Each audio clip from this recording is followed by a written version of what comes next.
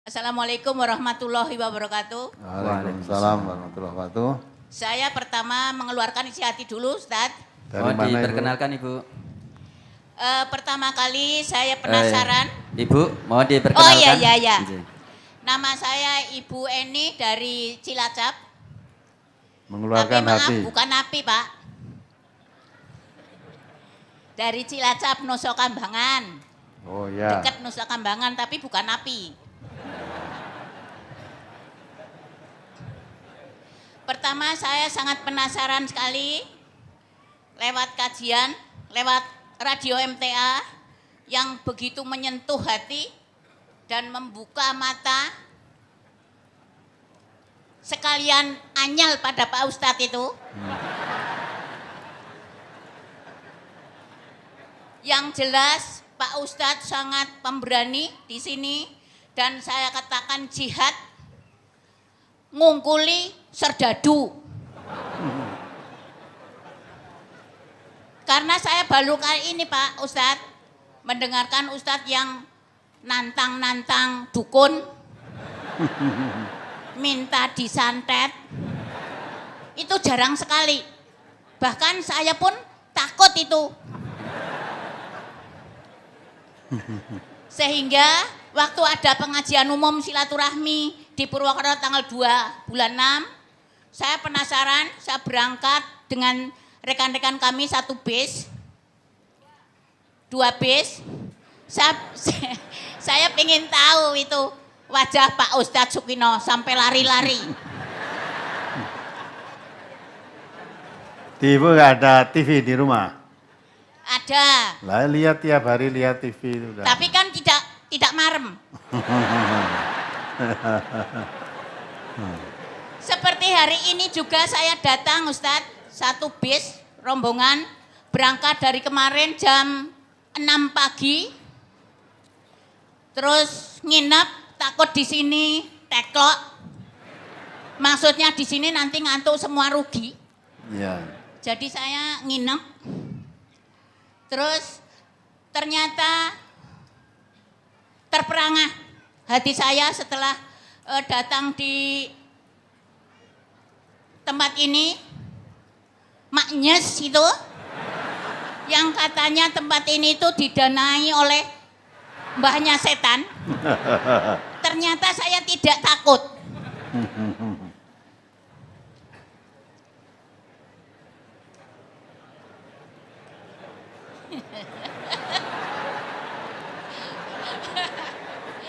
Maaf saya dedek Ustaz.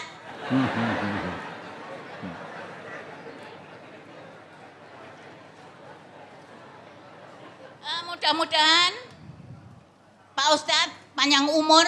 Amin.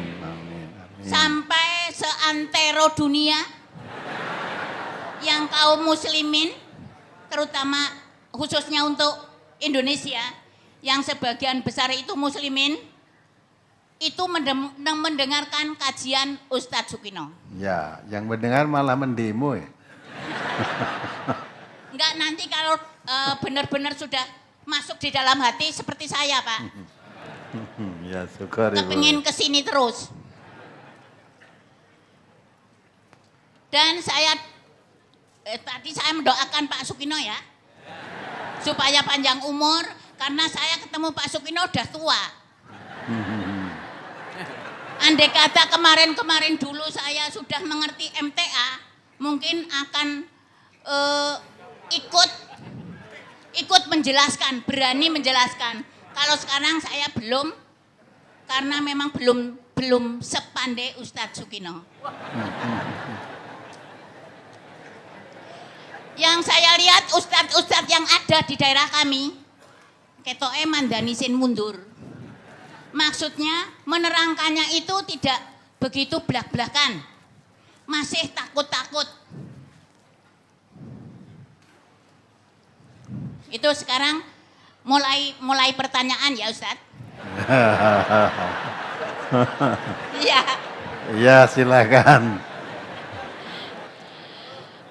Di daerah kami itu banyak sekali rombongan-rombongan, terutama ibu-ibu yang mengadakan yasinan. seperti kami juga dulu sebelum tahu MTA itu juga ya sering mengikuti yasinan. Kemudian ibu-ibu itu ternyata sudah hafal betul itu sampai seperti balapan Ustadz, membacakan yasinan itu seperti balapan. Tapi ternyata itu tidak tahu artinya. Belas tidak tahu yasinan isinya apa juga tidak tahu. Ternyata yang diingat itu hafalannya saja. Kemudian pernah saya tanyakan kepada yang memimpin yasinan itu, Mbok sekali-kali dijelaskan artinya, nanti kan agak pinter. Lah itu yang memimpin itu jawabannya, wis ben wong wis ping apal-apal kok ndak dadi anu dirubah-rubah kok malah bubar. Pertanyaannya Ustadz, apakah itu ada tuntunannya yasinan itu? Kemudian apa sih yasinan itu? Untuk apa begitu? Dibacakan. Karena saya menanyakan seperti itu tidak dijelaskan. Yang saya tahu kalau saya membaca yasinan itu untuk dirinya sendiri agar mendapat pahala begitu. Terus pertanyaan yang kedua Ustaz. Dalam peringatan hari-hari besar Mauludan, Rajaban itu mesti diisi oleh pengajian dan diisi oleh ustadz.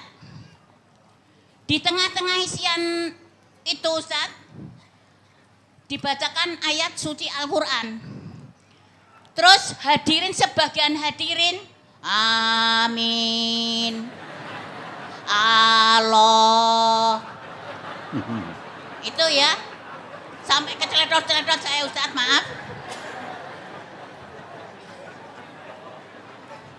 Itu kalau kurang keras, kurang semangat, Ustadz yang mengisi juga memerintahkan lagi supaya Allahnya agak bersemangat begitu.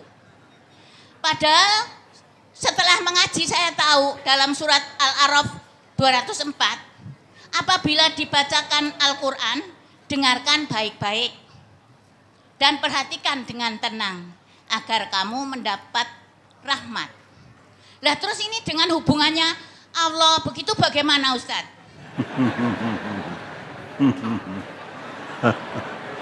Nyatanya tidak dilarang oleh Ustadz yang mengisi kajian itu. Ya. Kelihatannya saya mau tanya yang ke Ustadz itu, ya nggak berani wong Ustadz lebih pinter. Pertanyaannya Ustadz, kalau saya sudah mengaji jadi saya diam. Tapi sebetulnya hati saya tanda tanya, kok orang dilarang ya? Saya mau melarang kok nggak berani ya? Karena bukan Ustadz Sukino. Yang ketiga Ustadz, banyak orang tua yang membanggakan anak-anaknya, yang nantinya akan mendoakan dia menjadi anak yang soleh. Padahal kalau saya lihat bahwa anak-anak mereka itu jarang yang sholat. Apa itu juga termasuk anak yang soleh Ustadz? Sedangkan orang tua itu kebanyakan tidak berani untuk menegur anaknya mengapa tidak sholat. Apalagi mengatakan anaknya kafir. Babar pisan itu nggak berani. Karena anaknya wis dadi wong ceritane.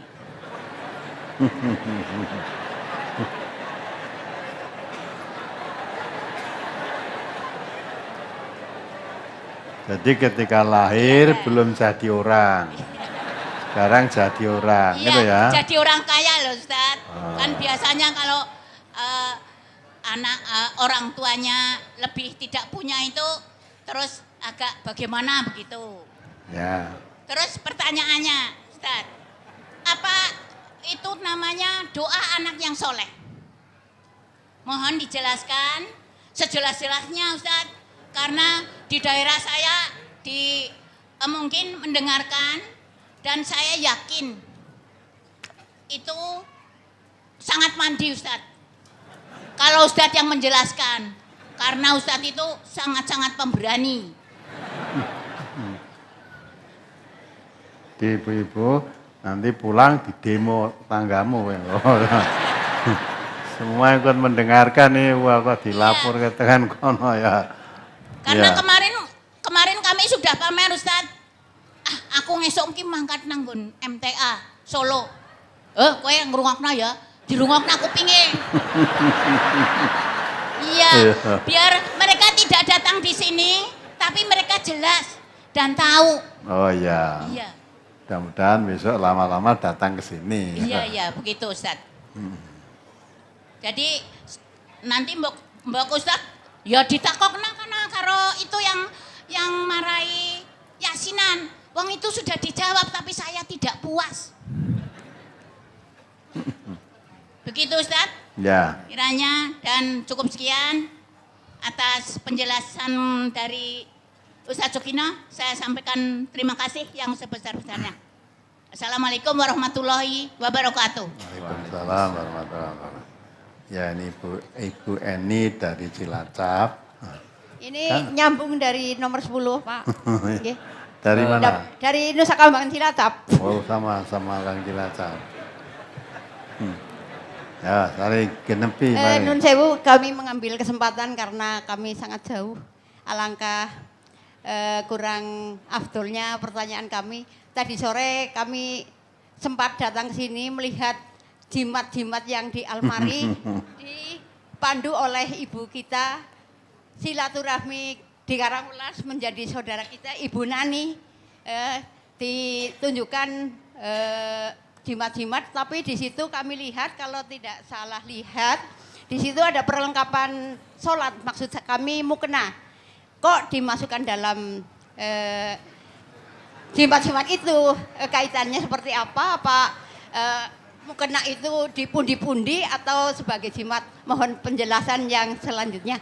Mohon maaf, setelah pengajian ini kami mohon pamit satu rombongan. Nanti setelah selesai Pak, maksud saya nggih. Sekian, billahi taufiq wal hidayah. Wassalamualaikum warahmatullahi wabarakatuh. Mohon Ibu, nama Ibu? Nama Bu Titi Sumartini Cilacap, Ibu Titi Sumartini. Jeruk Legi. Nggih. Kemarin kurang puas di Purwokerto, tergesa-gesa karena ada sesuatu dan lain hal. Nggih. Moga Ustaz. Hai Ibu, pertama dari Ibu Eni dari Cilacap. Udah tahu jawabannya kok tanya. Ya, jadi di dalam MTA termasuk saya tidak berani melarang orang-orang menjalankan hal-hal yang begitu. Bukan tugas kami. Ya, di sini adalah pengkajian Islam dari sumbernya. Maka orang tidak boleh, ini boleh, tidak boleh. Kalau itu urusan-urusan yang sifatnya peribadahan, ya tanya, ada tuntunannya apa tidak? Selama tidak dituntunkan, sini tidak mengamalkannya selama belum tahu tuntunannya. Maka tadi Bu Tata, kita ada yasinan, apa tujuannya untuk apa yasin itu? Apakah ada tuntunannya? Ya. Nah, mestinya tanya kepada yang mengamalkan itu, gitu kan? Kalau di sini tidak mengamalkan karena tidak tahu atau belum tahu tuntunan seperti itu. Ya. Kalau Yasin dibaca boleh apa tidak? Boleh, nah, dianjurkan. Ya. Karena Yasin itu salah satu dari surat Al-Quran. Ada namanya surat Yasin. Quran itu isinya bukan surat Yasin saja. Maka supaya kalau membaca Quran terus ngomong Yasin aja. Terus nganti apal, mocone nganti balapan, ndak mau ganti baca yang lain, mesti Yasin terus. Gitu. Nah, kenapa? Memang ada khasiatnya katanya, ya. Baca Yasin berapa kali itu pahalanya sama dengan ibadah haji 20 kali. Baca haji 20 kali. Ya, kalau perutmu lapar supaya kenyang membaca Yasin. Nah, kalau ibu ingin tahu, nanti sebelum pulang cari buku kumpulan bendel brosur tahun 2008 di konter buku sana. Itu dijelaskan semua fadilah-fadilah surat Yasin. Ya. Termasuk kalau kamu nulis di kertas, nulis surat Yasin, ya. Terus nanti dicelup-celup ke nggon air putih di gelas itu, terus diminum 1000 penyakit sembuh. Ya kan? Nah, itu ada hadis-hadisnya di situ ada. Ya. Tapi ternyata hadisnya tidak oke. Nah, kalau nanti orang berarti lama-lama Quran yang ada tulisannya surat Yasin lama-lama habis. Jika ngobat celup ke 1000 penyakit hilang udah. Nah, juga kalau ada orang mau mati, supaya dibacakan surat Yasin. Katanya kalau nanti mati segera mati. Kalau sekiranya sehat dan waras, udah, maka nek arep mati bacakan surat Yasin. Itu di dalam bendel brosur 2008 sudah dijelaskan juga di situ. Kalau di MTA ini yang diajarkan menunggu orang sakaratul maut bukan membaca Yasin, tapi bacalah apa? Tahlil. Jadi kalau di MTA itu mengajarkan menurut hadis Nabi, orang dibacakan tahlil itu ketika akan mati. Bukan sesudah mati, ketika akan mati. Nabi kita mengatakan, lakinu mautakum bila ilaha illallah. Bacakan orang yang akan mati di antara kamu dengan baca la ilaha illallah. La ilaha illallah itu tahlil. Nah, jadi kalimat tahlil itu la ilaha illallah itu namanya tahlil. Itu dibacakan kepada orang yang akan mati. Karena Nabi kita mengatakan, mangkana fi akhiri kalamid la ilaha illallah dakhalal jannah. Siapa yang akhir hayatnya, akhir hidupnya itu membaca la ilaha illallah terus mati, dia masuk surga. Maka ini orang ini sudah sakaratul maut. Ya, diharapkan kalau dia nanti bisa dituntun membaca la ilaha illallah terus mati, ya dia masuk surga. Gitu kan? Tuntunannya Nabi seperti itu. Nah, hadis yang menerangkan, hadis yang sahih ketika ada orang mati suruh membacakan Yasin, itu saya belum tahu. Yang saya ketahui hadisnya itu tidak sahih. Ya. Padahal menurut surat Al-Ahzab ayat 36, coba dibaca. Surat Al-Ahzab ayat 36.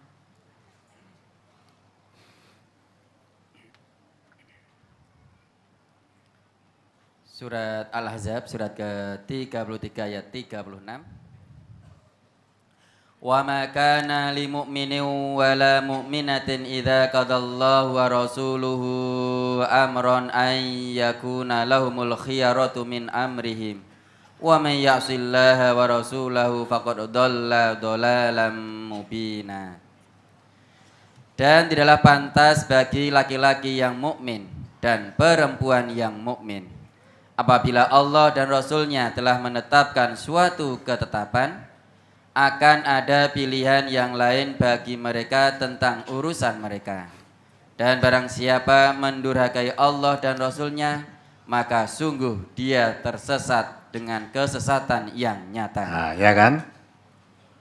Orang mukmin, laki-laki atau perempuan, kalau Allah dan Rasul-Nya sudah membuat suatu ketetapan, tidak akan ada pilihan lain kecuali yang ditetapkan Allah atau Rasulullah. Barang siapa memilih ketetapan selain yang ditetapkan Allah dan Rasul-Nya, dikatakan oleh Allah, ya, Wa may ya'sillaha wa rasulahu faqad dhalla dhalalan mubina. Siapa yang tidak mengikuti ketetapan Allah dan Rasulnya, sungguh dia telah sesat yang nyata. Nah Rasulullah membuat ketetapan, kalau kamu menunggu orang mau sekaratul maut supaya dibacakan tahlil, itu ketetapan Rasulullah. Terus kita tidak bacakan tahlil, malah bacakan yang lain, berarti kan tidak mengikuti ketetapan Rasulullah.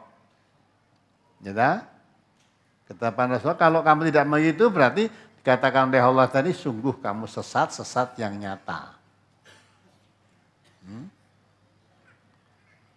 Disitulah. Dan ini hadis ini ya dari Rasulullah, hadisnya sahih. Saya bacakan ya, an Abi Hurairah qala Rasulullah SAW, laqinu mautakum la ilaha illallah fa innahu man kana akhiru kalimatihi la ilaha illallah indal mauti taqala jannah ya. Taqala jannata yauman minad dahri wa in asobahu qabla dzalika ma asobahu. Baca ya. Dari Abu Hurairah ya berkata, Rasulullah SAW, talkinkanlah orang-orang yang akan mati di antara kalian dengan kalimat la ilaha illallah. Karena barang siapa yang akhir ucapannya la ilaha illallah ketika akan mati, ia masuk surga. Satu hari itu lebih bermanfaat daripada sepanjang hidupnya, meskipun sebelumnya ia telah melakukan perbuatan apa saja. Ya, jadi hari itu ketika dia akan mati bisa membaca la ilaha illallah, itu lebih manfaat daripada sepanjang hidupnya yang dia sudah melakukan apa saja. Seolah-olah dengan kalimat la ilaha illallah itu terus dia mati, itu menebus semua dosa-dosanya, seolah-olah. Ya.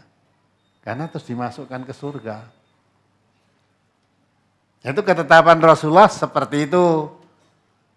Tapi ada yang akalnya ikut campur. La ilaha illallah kedawan. Nek pas la ilaha terus mati. Nanti tidak ada Tuhan kecuali Allah, mati udah. Nah baiknya gimana? Baiknya baca Allah, Allah, Allah. Berarti gue lebih pinter timbang Nabi ya. Nabi kan ngajari la ilaha illallah, kamu hanya Allah, Allah. Namanya lebih pinter nih, rasa Allah, hu gitu aja. Allahu, jika hu netok. Nah maka itu, kalau kita kembali pada surat Al-Ahzab 36 tadi, Allah sudah membuat ketetapan, Rasulullah sudah membuat ketetapan, udah ikuti. Apa yang jadi ketetapan Allah, apa yang ketetapan Rasulullah, itu yang paling baik. Siapa menyalahi dari ketetapan Allah dan Rasulnya, setelah Allah dan Rasul membuat ketetapan, jangan dikira itu baik. Kata Allah, faqad dhalalan mubina. Itu sesat yang nyata. Nah, itu kan, nah, maka itu mengapa tidak dilarang, kita nggak perlu melarang-larang orang. Hanya kita di masjid itu tunjukkan saja ilmunya. Tapi kalau belum tahu ilmunya, nggak usah ikut. Allah juga mengatakan kok wala taqfu ma laisa laka bihi ilmun. Nah, jangan kamu melakukan suatu perbuatan ibadah yang kamu belum tahu ilmunya. Inna sam'a pendengaran, wal basoro penglihatan, wal fuada hati. Nanti akan ditanya oleh Allah. Kamu melakukan begitu itu mendengar keterangannya siapa? Kamu melakukan seperti itu melihat prakteknya siapa? Kamu melakukan seperti itu memahami ajarannya siapa? Ditanya nanti. Kullu ulaika kana anhu mas'ula. Semua kan diperintah. Maka kita anjurkan yang belum tahu ilmunya kalau itu masalah ibadah jangan melakukannya. Tapi jangan menyalahkan juga. Ya, mungkin yang mengamalkan itu sudah tahu ilmunya, ya kita aja yang belum tahu. Maka kalau kita ingin melakukan seperti yang mereka lakukan, tanya dulu dalilnya. Setelah ibu tadi tanya, sudah Praktek-prakteknya ndak malah bubar. Jadi mau Yasin, wong maca wis hafal wis balapan, mbok sekarang tidak hanya membaca, mbok dipahamkan artinya, wah kok dipaham artinya malah bubar itu. Jadi Quran ini rasa dipahami. Kalau paham Quran nanti tidak bubar. Ya toh? Paham Quran, ya diterangkan jangan melakukan perbuatan ibadah yang belum tahu ilmunya. Nah, bubar nanti. Atau dalam surat Yasin itu, ya itu ada kalimat liyundira mangkana hayan, memberi peringatan bagi orang yang hidup. Padahal Yasin dibacakan kadang untuk orang mati. Qur'annya dalam surat Yasin sendiri itu mengatakan untuk memberi peringatan bagi orang yang hidup. Ya toh? Bagi yang hidup. Lah kok malah dibacakan untuk orang mati kan ya. Nanti kalau diartikan dijemahkan ngerti, wah berarti nek gowok mati ora kena iki. Yasin ini untuk petunjuk bagi orang yang hidup. Mulane nanti kalau diterangke malah bubar niku. Nah, itulah bedanya Ibu ya. Jadi kita sini terangkan apa adanya di dalam Al-Quran, dalam sunnah Rasulullah. Dah ikuti aja. Ketetapan Allah apa, tetapi Rasulullah apa, itu yang dijalankan. Jangan membuat ketetapan yang menyalahi ketetapan Allah dan Rasulnya. Ya. Kemudian juga ada orang baca Quran dan seenggaknya Allah. Nek kurang banter, bubaleke atau ustadznya kurang semangat, ayo banter ke Allah, itu bareng-bareng itu. Lah apa ada tuntunannya kalau mau maca Quran disenggai nganggo? Nah, saya juga belum tahu tuntunannya. Maka ya tidak mengamalkan. Ya kalau ikut-ikut mau mengamalkan seperti itu, tanya dulu yang mengamalkan kuwi. Apa ada dalilnya? Ada perintahnya? Ya, tadi Ibu sudah mengatakan dalam surat tadi Al-A'raf tadi ya, suruh mendengarkan biar kamu mendapat rahmat. Lah kok Allah lah itu? Ya. Ada tuntunannya apa tidak? Kalau tidak ada ya tidak usah dilakukan. Kalau belum tahu, ya jangan melakukan. Belum tahu, kita cari tahu dulu. Kalau sudah tahu dalilnya, oh ternyata ada tuntunannya, silakan. Berarti ada tuntunannya. Ya, maka jangan menyalahkan bagi orang yang mengamalkan begitu. Tapi kita juga jangan mudah-mudah ikut kalau kita belum tahu tuntunannya. Ya. Kemudian ada anak soleh, anak orang tua doakan anaknya, ya anaknya soleh. Adalah anaknya ragilem sholat. Nah itu nanti kalau anaknya tidak sholat, doakan untuk orang tuanya, apa diterima oleh Allah. Lah wong dia sendiri aja tidak sholat, dia kafir, bagaimana mendoakan orang tuanya? Tentu tidak akan mendoakan. Ya, paling kalau dia mendoakan ikut umumnya orang itu, terus memanggil santri-santri kon ndongake wong tuane kuwi mau. Dongakno bapakku sing wis mati. Ya.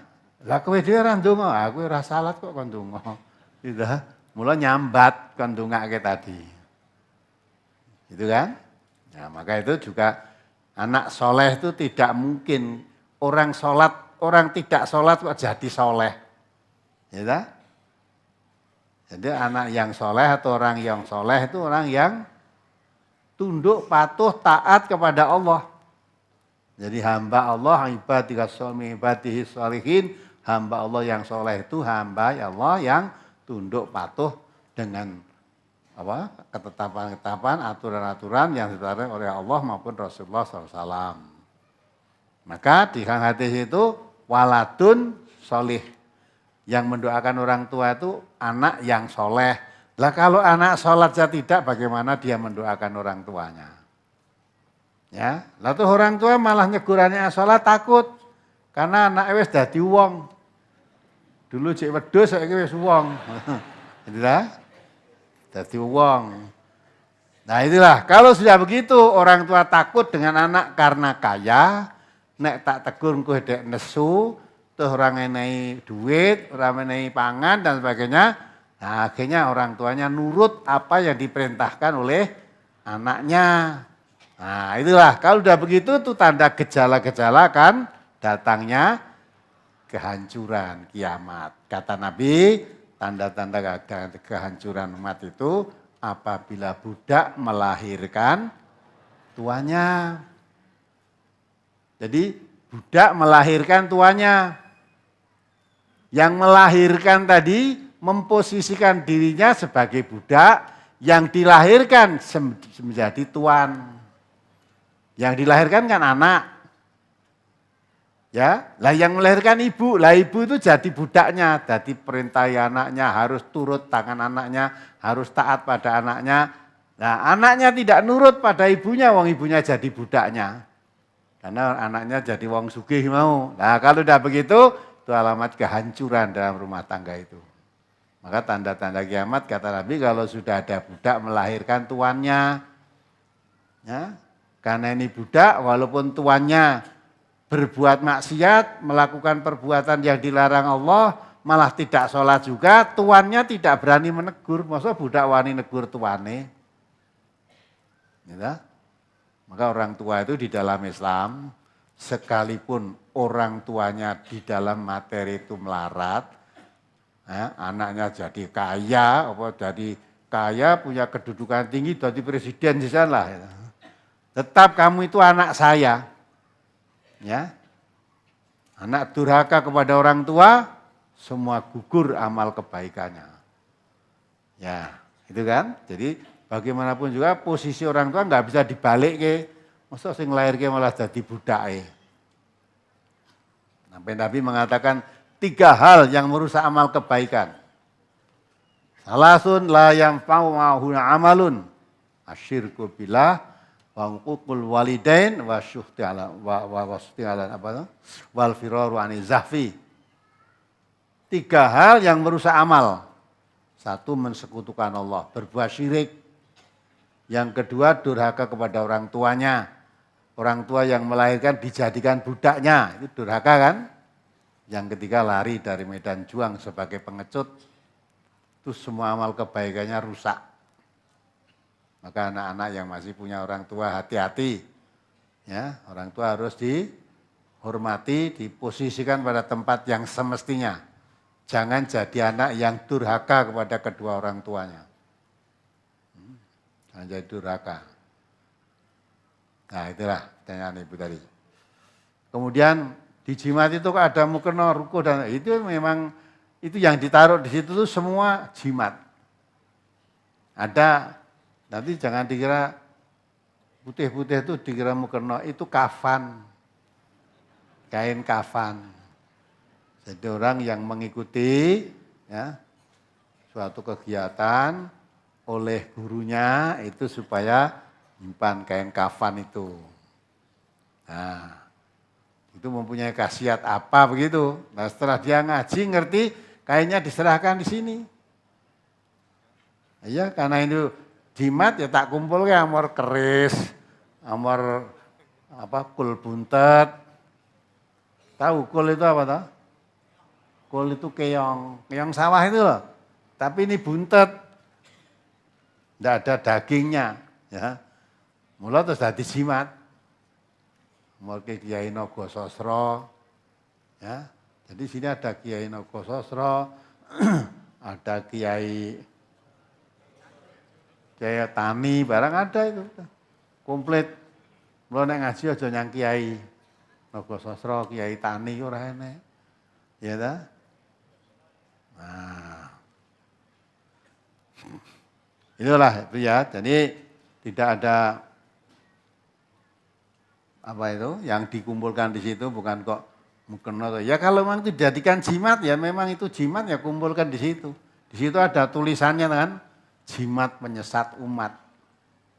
Jadi kalau mempercayai yang di sana itu ada kekuatan-kekuatan gaib, ada karomahnya, ada itu ya perbuatan syirik. Maka mempercayai itu jadi sesat. Ya, nah, orang-orang sampai sekarang mengawi Ibu tadi kok tentang dukun, wani disantet, tapi sekarang memang sejak kecil kita sudah ditanamkan, ditakut-takuti dengan santet, ditakut-takuti dengan wong pinter. Dan yang diarani wong pinter itu siapa? Dukun. Mbah Margo neraka itu loh. Ya, lho Margo neraka kok dipilih malah disenengi. Margo neraka coba. Margo i dalan, neraka ya dadi dalane nyang neraka. Ya. Maka sampai sekarang kan nggak ada tuh yang bisa nyantet saya. Memang santet mengenai orang itu tidak ada. Saya begini itu mulai kamu semua jangan takut disantet orang. Ora iso. Jadi orang bisa nyakiti orang dari jarak jauh. Terus disakiti leboni linggis gegere. Apa leboni telake kene leboni dom bundel apa paku idep bohong itu. Ya, bohong. Nah aku malah iso ngeleboni telak paku idep iso. Nah itu dari jauh itu udah bisa, itu mesti bohong. Nah nek kondo iso aku dadekke tumbal gelem. Ayo santetan kok ngendi.